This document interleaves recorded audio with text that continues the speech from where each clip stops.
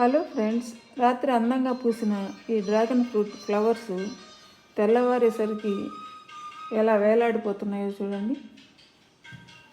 పొద్దుటికల్లా అలా అయిపోతాయండి ఈ పువ్వులు.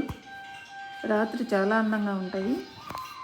పొద్దున మనం చూసేసరికి ఈ విధంగా ఉంటాయి. ఒక 5-6 దాకా బాగానే ఉంటాయి పొద్దున.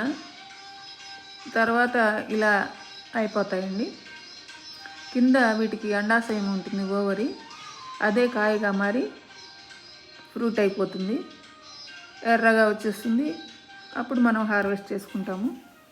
ఇలా జరగడానికి 1.5 మంత్ పడుతుందండి. పువ్వు నుంచి 1.5 మంత్ లోపలనే మనకి ఫ్రూట్స్ వచ్చేస్తాయి.